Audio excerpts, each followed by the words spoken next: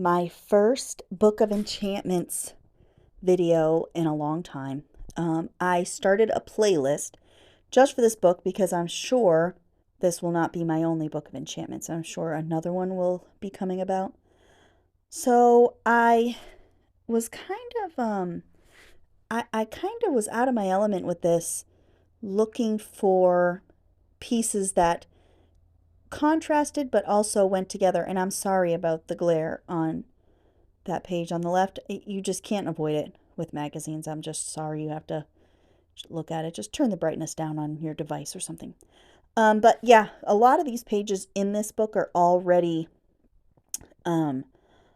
covered in something, or, you know, one side of the page is covered with something. There's something everywhere in this whole book, and I'm really liking finding all the things and getting a little surprised, I guess, out of the things that I put in here already. So this page here, I'm trying to cover the white space. And this page here, yes, there's magazine images, but that is one of the end pages from a book that I harvested. So yeah, I learned that this setup in the sheet protector was not going to work to do what I wanted. It was going to take like 400 days to go through any of it. So I am going to pause here, and you are going to see a magic trick where I come back and all of them are nice and neat in a basket that I can easily just flip through. So I have about 4,000 of the Dollar Tree baskets, and I highly recommend them. The largest, shallowest, see there we go. I was like, gotta make the decision.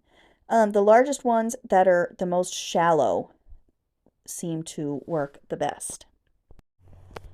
I cut through the part where I just carved out the circle there on that image with an X-Acto knife because it's kind of boring, and it's not like I'm teaching you anything. If you want to use an X-Acto knife, you got to really practice yourself.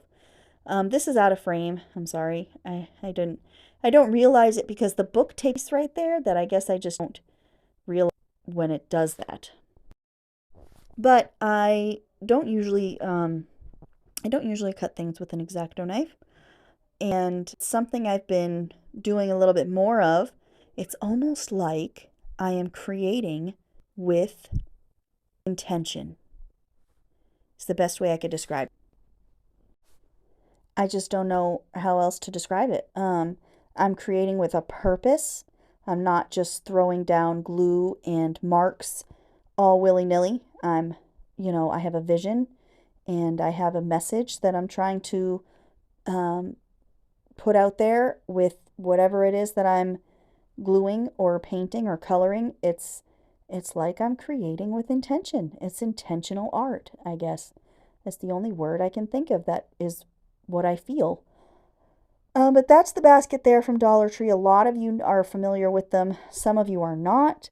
And some of you do not have Dollar Trees nearby. And if you're interested in a basket, like I said, I got 5 billion. If you're interested in some of these flat baskets, you can just let me know, and we'll work something out where I can ship them to you. International is going to be a little expensive. Just gonna tell you that. But they have a lot of these baskets. They have a lot of smaller but deeper baskets. I also like those for certain things. I keep different sized images in those that fit better in there. And then these large ones are just nice because you can kind of just whip through them and whatever. And then, of course, the big bin next to me has all the larger full size, full sheet pages that I can kind of sift through and cut things out of, like this one here. All these little butterfly ballerina people. I am going to include them on the page to break up some of that, nothing there. Although now that I look at it, it's actually a reflection of a bridge of some sort on that page. But, these people end up looking nice there too.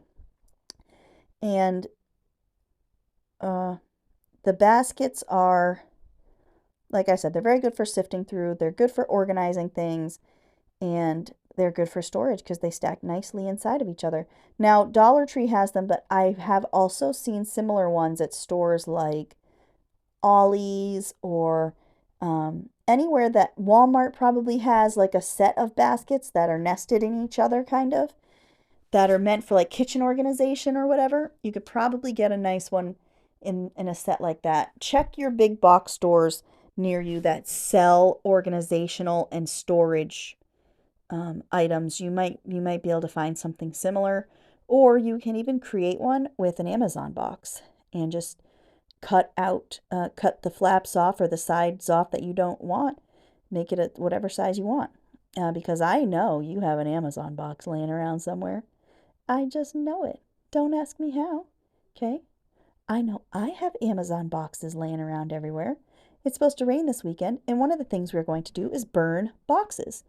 I don't know how this side's going to come out because, like I said, I didn't realize that glare on that page. So if it doesn't work, I'll just walk you through it.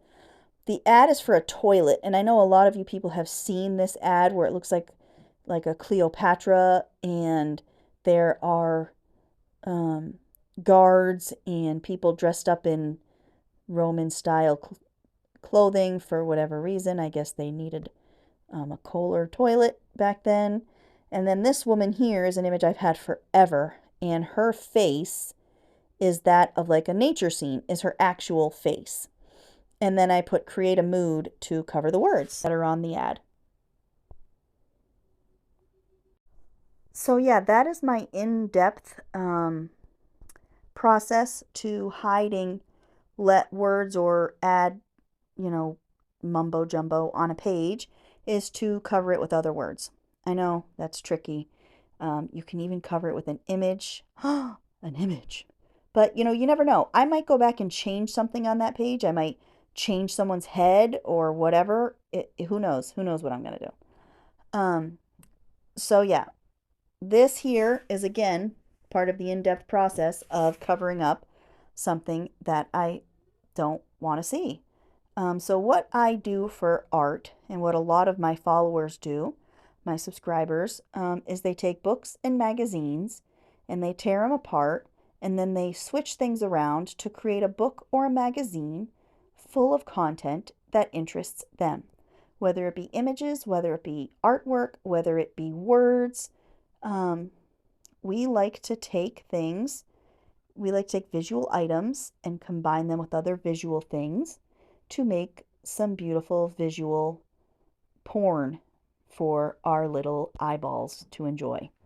And that is, to me, what my art is all about, is just creating a scene of beautiful things, all beautiful things. I really like the texture on this table. This is from a Restoration Hardware magazine, I believe. And yeah, I have a couple of these tables, and I just really dig the wood, rustic look of that. I'm really into natural rustic looks without jazzy fancy stuff. I like the natural look. I like to watch TV shows and movies where it's like a period piece where people weren't decorating, some kind of crazy way. Like one show I watched that had stone walls, and they didn't do anything to the walls. They left the stone walls and made rustic wood, they had rustic wood furniture and fire pits and stuff. So yeah, I'm really into the natural style of things. I guess that just brings me back to my roots, right? Like your really rooty roots from ancestors ago, I guess. But yeah, as I look at this page, you see things when you rewatch what you've done. I should have just cut those reins and fussy cut a little bit closer to get rid of that scenery, in the background on that piece. I should have just fussy cut it, because she's still connected to the horse by petting the horse. I didn't necessarily need to keep all the reins and stuff.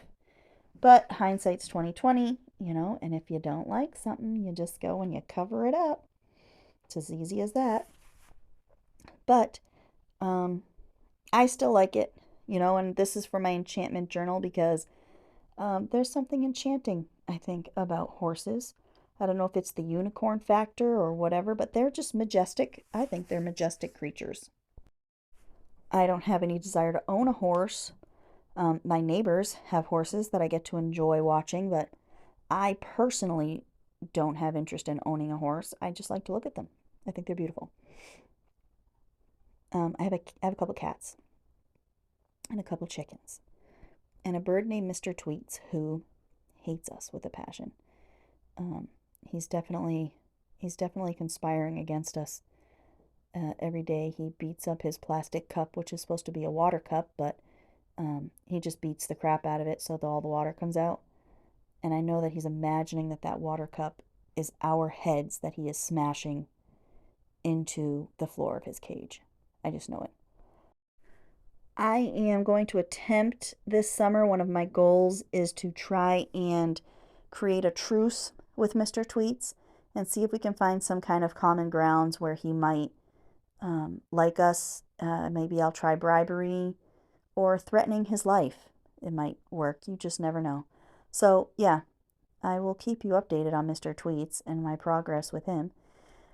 The page over there to the left with the flowers and that wonderful glare, I wanted some of the flowers, but I wanted something on them on that page too. So I'm just picking random people, and this random person is a guy that's painted blue or silver or something on a unicycle. And I just think he's great, so we got to include him. And I'm just cutting around, getting a little bit closer of a cut. If you've ordered fussy cuts from me in the past, I used to leave a border on just about all my pictures, and some of them I still do, just to kind of make sure, as like an insurance policy, that I'm not going to rip a page, cut too deep, which is a possibility. But I also don't mind the border. I don't mind having a border on most of my collage images. Once in a while I like to cut it up. So this one here I just wanted to cut up because of the flowers. I wanted to see more of them in that background. So that is my glue magazine. I've been making use of those Men's Health that I don't know why I started receiving. If you sent them to me, haha, thank you very much. So I've been using it as a glue magazine. After I look through it, there isn't a whole lot to harvest out of a magazine like that, except for my occasional creepy naked men. Hilarious. So yeah, you can watch my Halloween videos from last year to see what I'm talking about there. It's my last video, I think, and working in my Halloween journal. This is scrapbook paper that's like really old. And when I say really old, I mean it's like 25 years old. But I also have had it for probably 15 of those 25 years. I got it in a bunch of scrapbooking stuff, like I do. I buy lots, bulk lots, and you used to be able to buy a lot of those bulk lots on eBay. Does anybody remember that? Buying bulk lots of magazines. I had magazines. I'd buy bulk lots of scrapbooking stuff, bulk lots of beads. Oh, I've ordered so many bulk lots of beads. It's ridiculous. And I still have a lot of them. I've used a lot of them, but I still have a lot of them too. And yeah, you can't really do that anymore because it's so expensive. You can really only get bulk lots of stuff if you luck out at a thrift store now, because eBay used to be like a thrift store, but it definitely is not anymore. But this paper here, it's like a construction paper. And what it feels like, it's factory made like this, but it feels like somebody put vines in a glitter pen and then maybe in some other style paint pen. My daughter just came in here because her envelope is missing for like the 4th time today. It is just an envelope that I made her out of a piece of paper, and she decorated it with like a whole bunch of washi tape and a whole bunch of marker, permanent marker scribbling. So it made like a whole bunch of little holes. You know how sometimes it oversaturates? She oversaturated it. So she lost her envelope again. She's like really adamant about keeping this envelope on her at all times. It's funny. It's just funny. It's funny watching their little brains grow, I love fussy cut flowers. I feel like I don't have enough of them. I have enough things I could cut, for sure. I have enough flowers to cut. But I just feel like I go through them because I just love the way they look. I just love a fussy cut plant or flower. And this book is no exception. As you've seen, I've put a fussy cut flower of some sort on on every spread so far. This is where I ruin this page. Watch and learn. The teacup isn't what ruins it. The teacup is a nice addition, and the colors go well with that beautiful pink and yellow flower there. But then I decided I'm going to include these little stupid things that were with the teacup, and that I was going to spread them around on the page. Now, I could have made it work, and I had the vision come to my head after I'd already glued some of it down, that I could have included like one of those flowers in the horse's mane a little bit better to make it look like there was a flower on the horse's neck or back or something, you know, but I really butcher it. So yeah, I won't do that again, you know, except for the teacup. But, you know, once in a while, and this is one of those cases, which is why I don't hide it, but once in a while, you go too far. Once in a while, your art goes too far. You take it to a level that it shouldn't have gone to, and you tell yourself afterwards, well, that should have ended 5 steps ago, or whatever. And that's where I am here. You know, I put these stupid things down. They're like pastries that look like flowers, so that's why I kept them. And yeah, I put them on the horse and just kind of, I ruined the horse's day. That's what it boils down to. So then I put it up there, and then I'm like, oh, maybe I could put it in the mane, you know, so I try to twist it and stuff, and no, I cannot. It does not work that way. But, you know, I can't win them all. So I want to try and find a sentiment. I want to try and find something.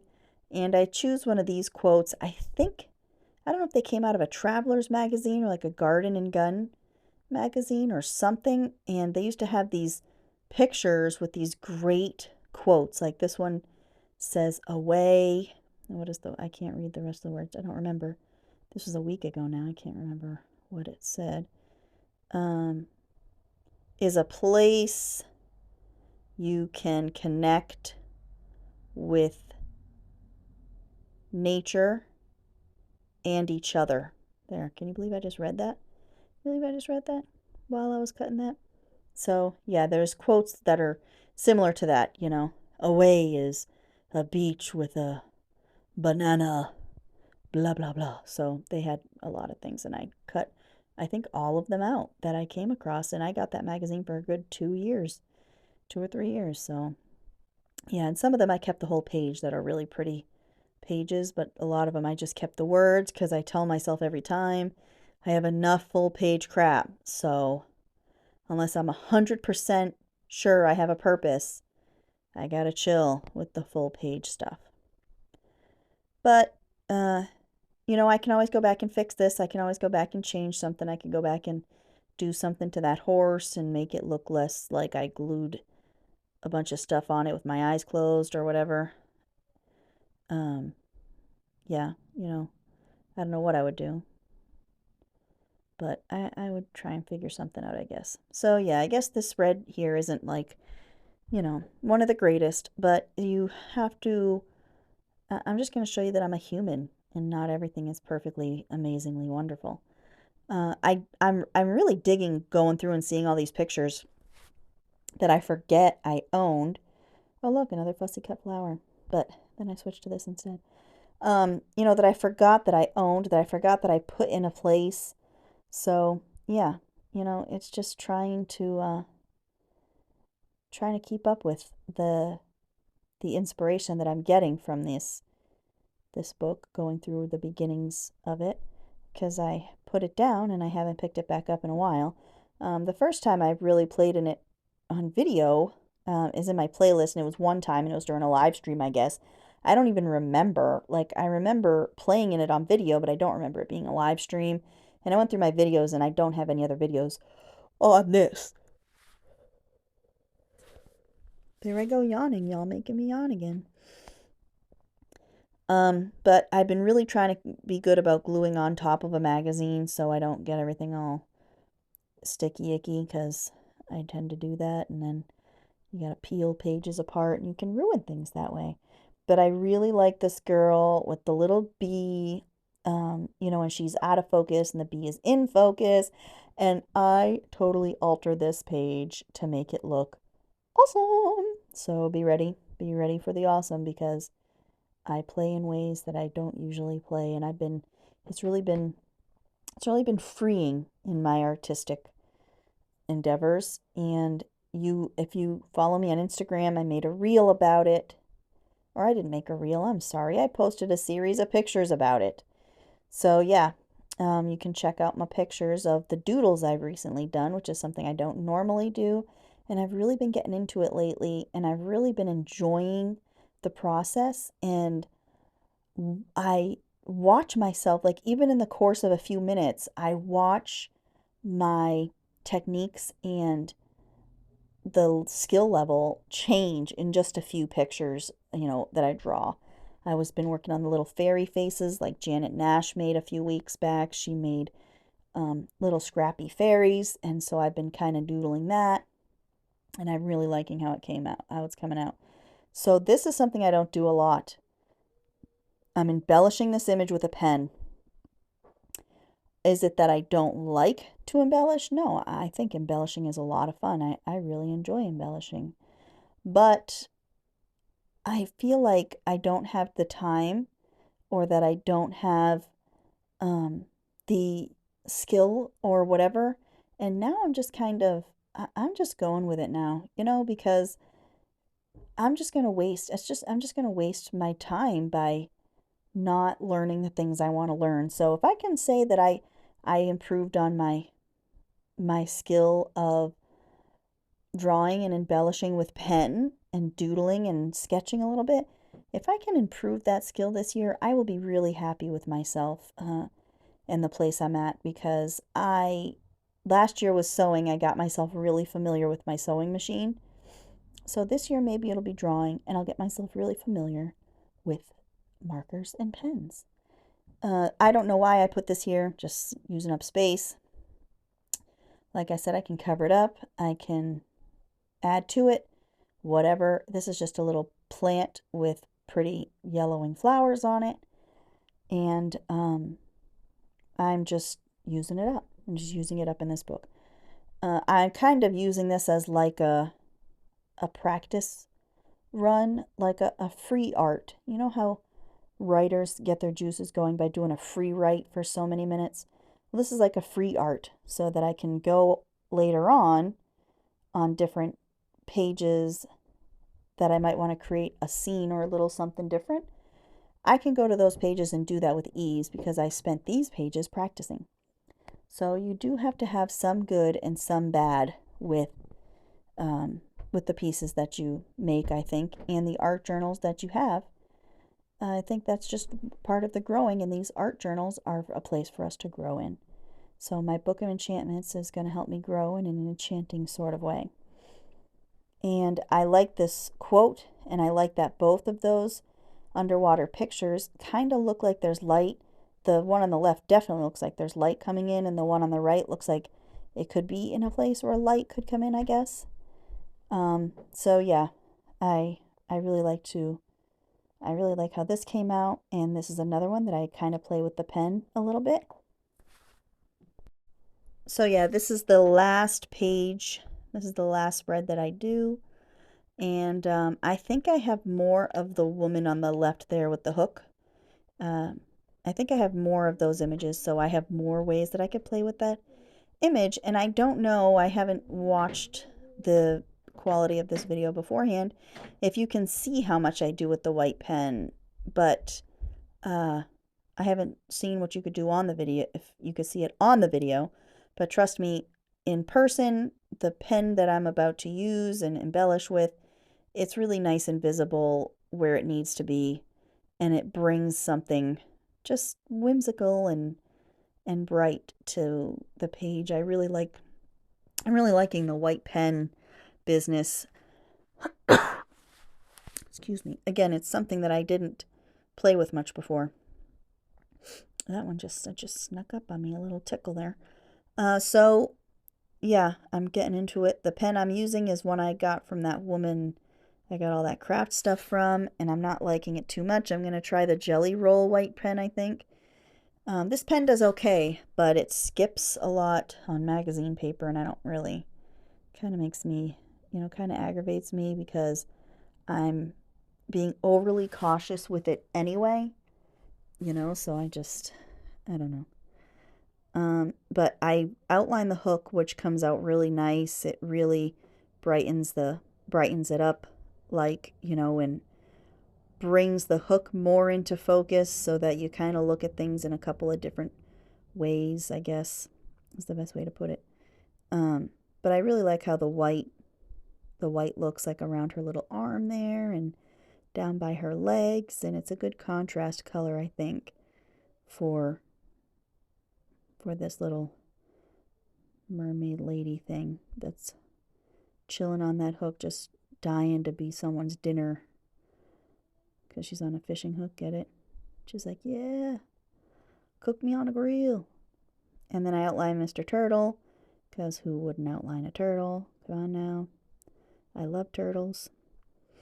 And, you know, it's just really, I tried not to do it too much, and I tried not to do it too little. I tried to give it a nice, even amount of outlining in a random sort of fashion. So the turtle came out good, and then I'm looking and I'm like, what else? Checking to make sure it's dry. Sorry from a big head. But yeah, I do circles on the fish's eyeballs, which also looks really nice. And then I see the coral, and I decide to outline the biggest chunk of the rocks and coral, and that looks really cool. I bet you if I went in and embellished with white, like made pits and grooves and stuff, I don't know if my artistic ability is to that point yet, but I bet you that would look pretty cool. Now there wasn't a whole lot of darkness to enlighten, so I kind of just went with highlighting things that were already there in varying brightnesses, you know. So yeah, sorry if you just heard yelling. There's just yelling in my house. It just happens. So I'm going to outline this fish in her hair and bring out a couple of the little fishy dudes and the fish in, I think I do the starfish in her hair too. You know, yep, I do. And then, you know, there's a couple of other little dudes that I kind of help out a little bit and give them a little bit of a glow. But yeah, I really like the white outlining. I know I said that 1,000 times. But it makes me want to get my other gel pens out and play with other colors too. So keep that in mind. Like I bought one of those cheap 120 pen sets of gel pens years ago. And I'll link them below because they are awesome. Oh my God, they're awesome. So yeah, they're just cheap, and like I don't think I have any repeat colors, and I have pastel, glitter, metallic, neon, regular. I've got a whole bunch of pens, so I use them for coloring, like if I'm going to do something in a coloring book, or those little like mandala cards. If you have an Ollie's near you, they've had calendars and little books of quotes that had quotes with coloring Zentangles and designs and stuff, and I've done those things. And those pens work awesome for that, and those pens have not missed a beat as opposed to my, you know, expensive pens. So again, eyeballs, everybody's getting the wow eyes. Wow, I'm a fish. Holy crap, look at me being a fish. So yeah. And then the little fins over here, I thought could use a little bit of brightness in their day. But yeah, you don't need expensive pens for sure. This one here kind of sucks. The jelly rolls, I don't know if they're considered expensive. Not to me, because I got like 4 or 5 in a pack, but I don't remember how much I paid. It wasn't a whole lot though, because I mean, if I bought it, it wasn't a whole lot. So keep your options open, and like I said, I will link those pens down below so that if you wanted to play with gel pens a little bit in your art, which there's nothing wrong with that, you can. And I'll also link some permanent markers I just bought that are a nice alternative to a thick Sharpie. The tip isn't all that pointy, but it's a really nice pen, and the colors are phenomenal. But this is it. This is all that I do today, guys. So thanks for hanging out and watching me make a mess and have fun. Ta-ta for now.